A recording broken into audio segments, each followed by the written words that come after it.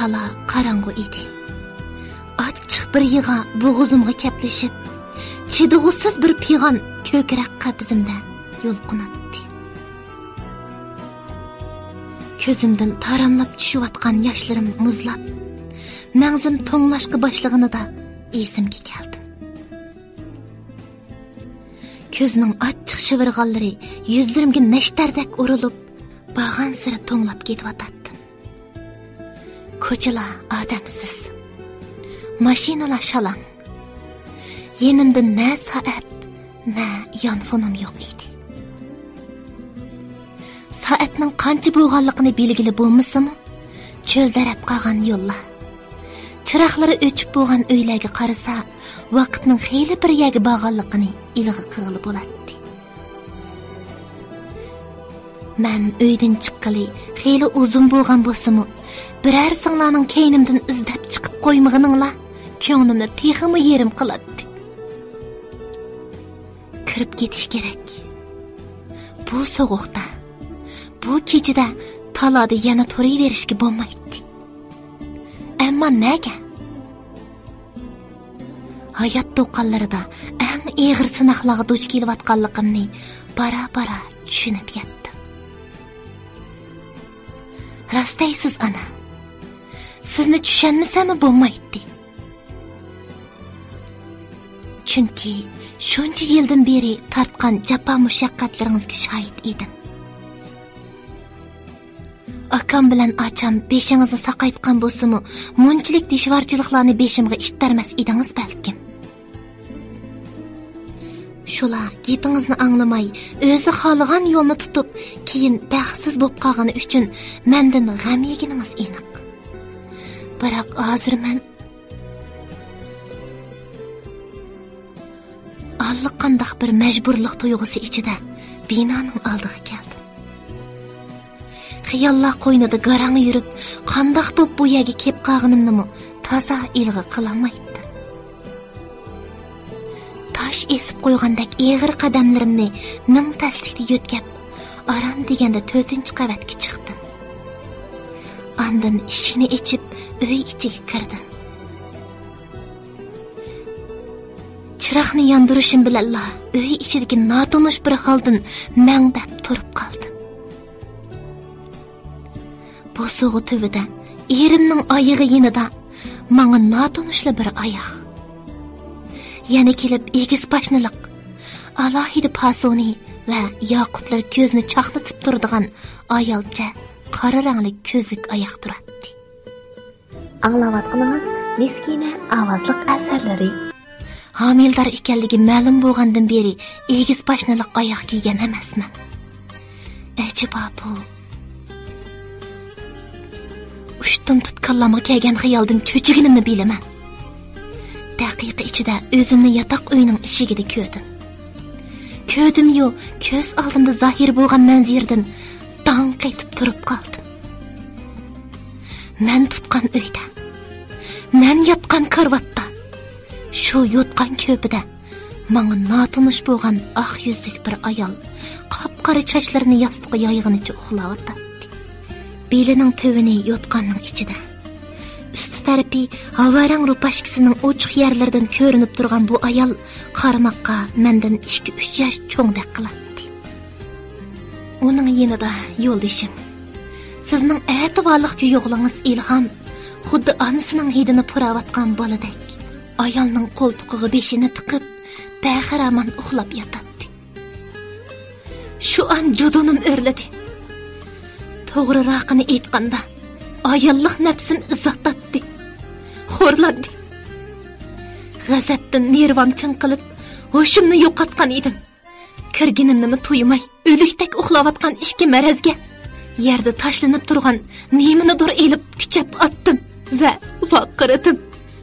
Nomusni bilmaydigan ifloslar, chuprandi buzuqlar.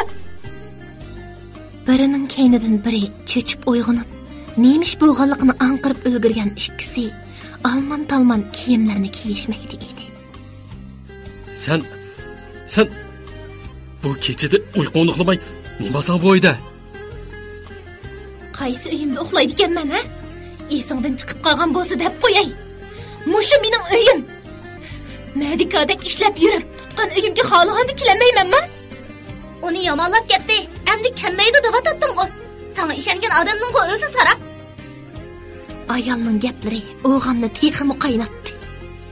G'azabdan tishlarim g'uchurlab ketyotdi. O'zimni to'ymayli uningga tashlandim.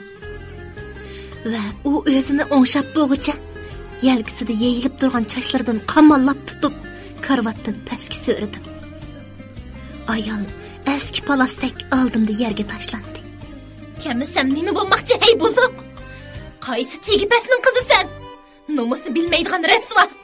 Ey yıxmay, xotini babirsining qo'yniga solinib yetib, yana chalvoqaysini top yuz.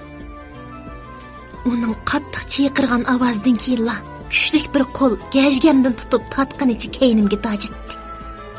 Aniqki, bu ilhom edi. Qo'limdan bo'shangan ayolning yuzlari po'kandek qizargan bo'lib, qo'llarini shiltib meni tillashga boshladi. Eringga yaramabdi ekansan. Meni u o'zi chaqirib keldi. Haqning qo'ynida yetishning uchun qamlashtira oladigan odam yotadi. Nochi bo'lsang, menga hayva qilmay, eringni indakka keltirib, sen qo'yniga kirib yotdi. Sahrolikdek talading yaratmay, talog'iga qarab qolsa, dadingni mendan olamding. Bu tompay, bu kechida yo'lmanga ko'zatchilik qilib yurgicha, tong atqanda ish tugaganda kelsan bo'lmamdi senmi? Uning oxirgi gaplari g'ururimni ko'ydirib, yuragimning qat-qatlariga berib to'xtadi. İlhamni unchavala yaxshi ko'rib ketmasammi? U nimani degan bilan mening qonunliq erim. Qarab turib, o'zi shuncha vaqtdan beri jon ko'ydirib, o'tida ko'yib, suyda eqib tutgan uyiga yot birov kirib, eri bilan shu holati ko'z oldida namoyon bo'lsa, qanday xotin chidaydi? Tap tatmasdan davatgan sesiq gaplari jo'tehi. O paskina, sen jalobni ko'ranglatgan. Mushu zidipes hayvan qo'y. Lanet sendek iplasqa. Texi dunyoga ko'z ochmagan balangning yuz xotirasini qilmasang, mush qilganlaring hamon bir kun o'zingga yanadi. Sen bilan o'tgan bir kunimga rozi emasman, nejis. Ish to'qiga milinib o'lasan. İlhamga qo'limni shiltib, shuni deganim esimda. Baş oyoqlarimga yaqqan mush tepiklar dastidan beshimni ko'taranmadim. Ammo badanim og'riqni sezar emas edi. Yurak og'riqi oldida tan og'riqi nimadi? Anglayotganimiz Miskina ovozli asarlari. Ko'zimni ochganimda doktorxonada ekanman. Siz yenimda yig'lab o'tiratdingiz. Badanim seqirab og'rib, ustixonlarim hozirda chuvilib ketadigandek sezilatdi. Ming taslikda ikki qo'limni midirlata oldim. Biroq o'ri bo'lishga madorim yetmadi. Keyin bilsam, shu qitimqi tayoqda bo'yimdan ajrab ketganni azdab, o'ng putim o'shqimdan chiqib ketgan ekan. Yuz ko'zlarim ishib, ko'k o'rnab qolgan bo'lib, ishiq, zida va ko'k dastidan chiroyim to'nug'isiz bo'lib ketgan edi. Ho'shsiz yotqinimga 3 kun bo'lganligini sizdan uqqan edim. Men ko'zimni ochib 5-kuni akamni saqchilar tutib ketdi. İlhamni urib, putini so'ndirib atgani uchun akam qamoqda jazolandi. Siz bilan men İlhamning oilasidagilarning topitanisiga izo ahonatlarga o'lmadik, uning berisi bo'ldik. Shu alamlarga tishimni tishlab chidadim. Jenim ana, to'yga qo'pqandan tortib, bugungacha bo'lgan shu jarayonda texi hozirla menga ishondingiz. Ham men tarafda turdingiz. Menga yig'vatgan haqoratlarga maydingizni kerib oldiga chiqib turib yuzlandingiz. Va ularga gap qaytirib, zuvonini besiq turdingiz. Mal egisidan o'g'ir kuchli degandek, eng cho'ng gunohni qilg'ini va meni mushu holga tushirib qo'yg'ini o'zining o'g'li turib, akamning ularning oldidagi gunohi bakrak tarozi besib ketgan edi. Nima amal? Taqdir peshoniga putilgani ko'may ilojimiz yo'q ekan. Shu kunlarda halimga yetdingiz. Ko'nglimni avundirdingiz. Mecburlab to'ylab qo'yganingiz uchun pushaymon qilganligingizni aytganingizda bag'ringizga tashlanib bo'quldab yig'ilganlarim heylimi esimda. Bir oydan keyin doktorxonadan chiqdim.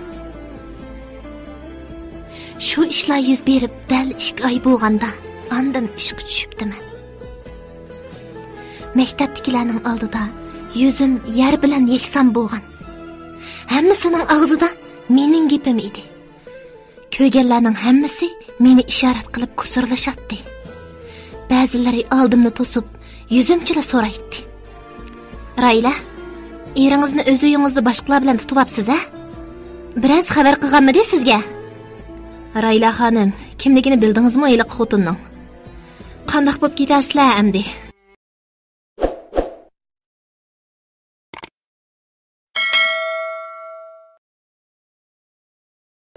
Bir oydan keyin doktorxonadan chiqdim. Shu ishlar yuz berib dal 2 oy bo'lganda ondan ishga tushibdiman.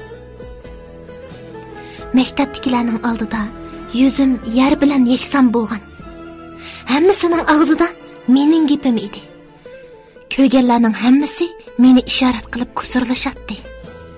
Ba'zilari oldimni to'sib, yuzimchila so'raydi.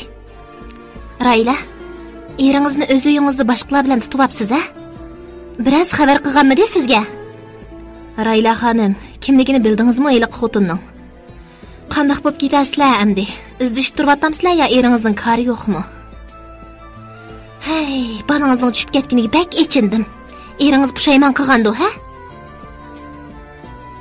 Ilhom pushaymon qilandi, qilmandi. Bu men uchun baribir.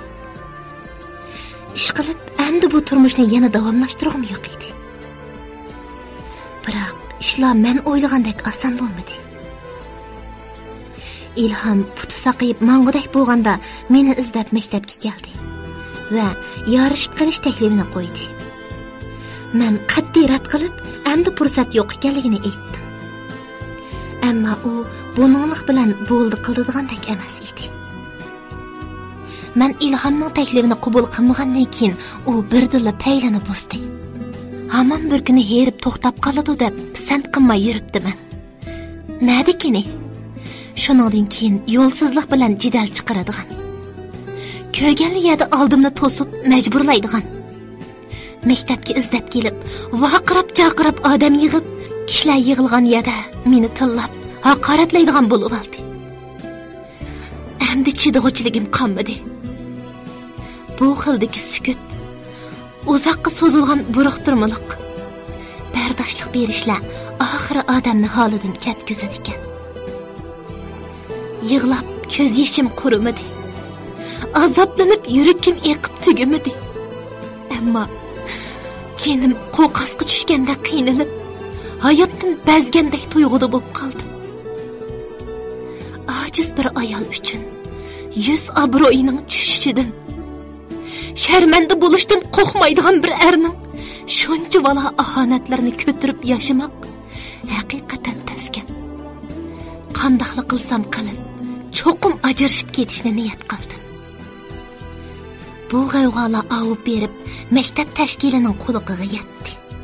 Maktab mudiri meni chaqirib paranglashdi va hamma taraflardan ahvol egildi. Men nomus deganni qoyirib qo'yib, to'ydan burun zo'rlaganlaringiz. To'y kuni bo'lgan ishlar, to'ydan keyingi ahvol va hiyliqi kunidagi rasvochilikdan tortib, hammani qoldirmay tegdim. To'g'ri, mushundaq bir fursat bo'lishi kerak edi. Ichimdagini baxuduk davog'udak, qornimni bo'sh tuvog'udak bir fursat bo'lishi kerak edi. Tashkilning aralashishi va mening ajrashishda qat'iy ching turishim bilan ajrashdim. Shundan keyin yelkamdagi og'ir bir yuk elib tashlangandek yengillab qoldi.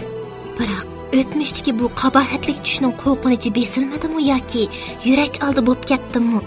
Qayta turmushlik bo'lish degan so'z men uchun degan Anglavatdingiz? Miskina ovozliq asarlari. Hayır, bu kunlarni o'tib ketdi. 2 yildan keyingi go'zal yoz kunlarining biri edi. Dam elish kuni bo'lg'ashqa, singlim bilan Havoyigash daryo bo'yiga berib o'ltirib keladigan bo'ldik.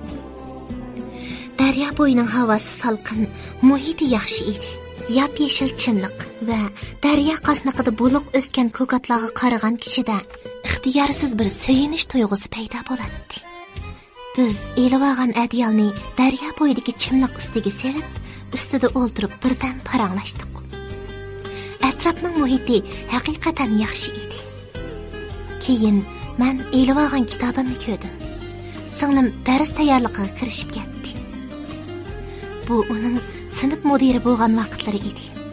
Uning shunchalik berilib, astoydillik bilan dars tayyorligi qilayotganini ko'rib, shundoq masligim keldi. Daryo bo'ylab birdan aylang'im keldi. Kitobni yepib qo'yib, o'rnimdan turdim va daryoni bo'ylab asta mangdim.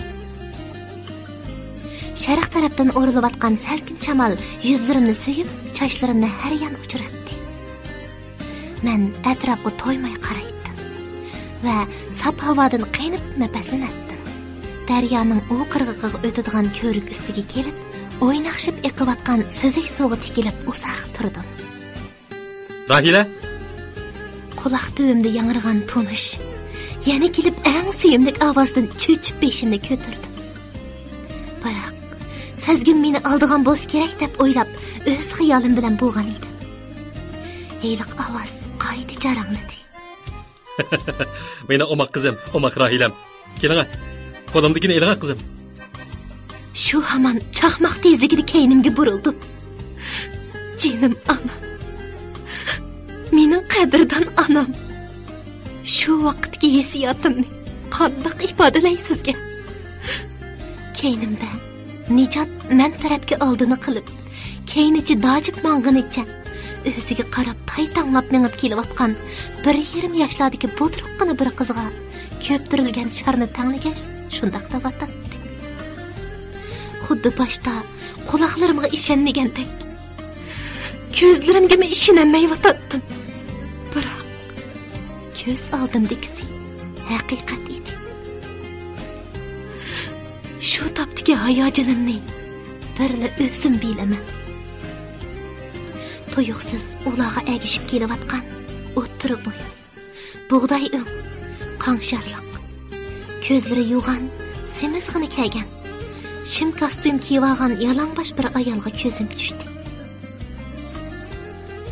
Ayolning chiroyidagi shodiyona kulgi, qizning veliqlab kulib Nijatga qo'lini tanglab taytanglashlari, Nijatning shodlikdan qiyni-qiyniga patmay qolgan ruhiy kayfiyatini ko'rib, ne xush bo'lishni, ne xafa bo'lishni bilolmay joyimda turib qoldim. Shundoq ishlar bu darajaga yetganda, yana kimdan, nima deb xafa bo'g'ilib bo'ladi? Birtilla o'zimni nihoyat o'ng'aysiz bir holatda sezdim va darrov orqamni qilib oldim. Nijat meni ko'masligi kerak edi. Sulg'an guldek bu tushkun holatimni, judun soqqandek zaif turqimni ko'rsa bo'lmaydi. Uning ustiga o'tmishdagi xushal chog'larni va men uningga ato qilgan tunji sevgining mangulik hijronini qayta yodiga silib, yurak bag'rini tilg'isam bo'lmaydi. Uning hozirmi meni unutib ketmaganligiga hukm qildi. Chunki u qizini mening ismim bilan chaqirganligi buning po'latdek isboti edi. Anglayotganingiz Miskina ovozliq asarlari. Ular shundoq tatliq akilashgan holda mendan yiroqlab ketdi. Birdila o'zimni havoyi muallaqda esilib qolgandek his qildim. O'pkam o'rdi. Ammo yig'layolmadim. İçimden qaynab chiqayotgan ochiq pig'onni besib elish menga tas kelgan bo'lsa-mu, uni mayliga qo'yib etishga ojiz keldim. Yelila aylanib tushadigandak ko'z oldim qorong'ulashmoqda. Yuragim og'irmoqda edi. Yo'qlig'imni bilib, keynimdan kelgan singlim qo'limni tutqandala esimga keldi. Uning chiroyimi allanlik tus olgan bo'lib, ojisining baxtsiz qismatlarini tang tatiyotgandek ko'zlarida yosh lig'irlab turardi. Umi balkim nijotni ko'rgandi. Yoki hozirgi kayfiyatimga qarab ko'ngli buzilgandi. Ishqilib, uning munglangan chiroyi va yosh agigan ko'zlarga qarash bilan tang o'zimni tutib ololmay qoldim. Ko'z yoshlarim yana bir qatim bag'rimni bo'ylab oqdi. Jinim ana, endi sizga xo'shday. Hayotimga o'chirish mumkin bo'lmagan dog'larni baxshandi qilgan bu shahardan ketay. Yaqinda boshqa nahiyaga yo'tkilish haqidagi iltimosim tasdiqlandi. Shunga bu gaplarni sizga da'vataman. Balkim bu ömrümde tunji hem oxirgi qitim tatinmay, qo'rinmay turib, sizga ishki dunyoyimdagining hammasini to'kkunim bo'lib qolar. Ma'arif menga muhtoj. Yezilardagi bilimga tashna go'daklar menga muhtoj. Men o'tgan hayotimda muhabbatga tashna bo'lgan. Ammo erishaolmagan. Shu chaqlarda muhabbat ato qilgan. Ammo qadrlanishga muyassar bo'lolmagan. Mening to'y, muhabbat, turmush deganlarga ra'yim yo'q. Amdiki nishonim o'z xizmatimda shalliq izlarni qoldirish. Zimmamga yuklangan vazifamni yaxshi ado qilib, bilim bilan qurollangan bir turkum avlodlarni tarbiyalab chiqish. Mana shundala o'tmishimdagi qabohatlarni unutib, ko'nglim xotirjam holda yashayman. Jinim ana, sizdan ayrilishga ko'zim qiymaydi. Biroq bu shaharda yana turaverishni loyiq ko'ramadim. Ilgirki shu dog'larni eslatadigan har bir do'xmush, har bir ish, har bir shay'i meni aramsiz qiynab, yuragimni ziyda qiladi ekan. Men bu holga ortiq bardoshlik beramadim. Yana kelib, ilhom hozirmi pat-pat maktab oldida paydo bo'ldi. Uni har bir ko'rsam, meni qo'rqinish besim, kechalarimi to'zuk uxlayolmayman. Men erkin nafas olay ana. Meni bag'ringizga besib turib, peshonamga so'ying. Qo'yni kang sahroga, mehri illiq, saptil kishilar orasiga o'zitib qo'ying mehribonim ana. Sizga qanchalik amroq ekanligimni his qilasizmi ana? Sizdan faxrlanaman jinim ana. Xayr, omon bo'ling. Har vaqt sizni aslayman va sevinaman. Eng oxirgi iltijoyim, amroq singlimni, ko'z qarchug'ingiz bo'lgan kenji qizingizni o'zi xohlamagan birsiga yotliq bo'lishga zo'rlamasangiz. U bo'lsa-mu menga o'xshash bo'lib qolmasin. O'tinay jinim ana. Ashu kenji malikimiz bo'lsa-mu o'z baxtini topsin. O'tinay.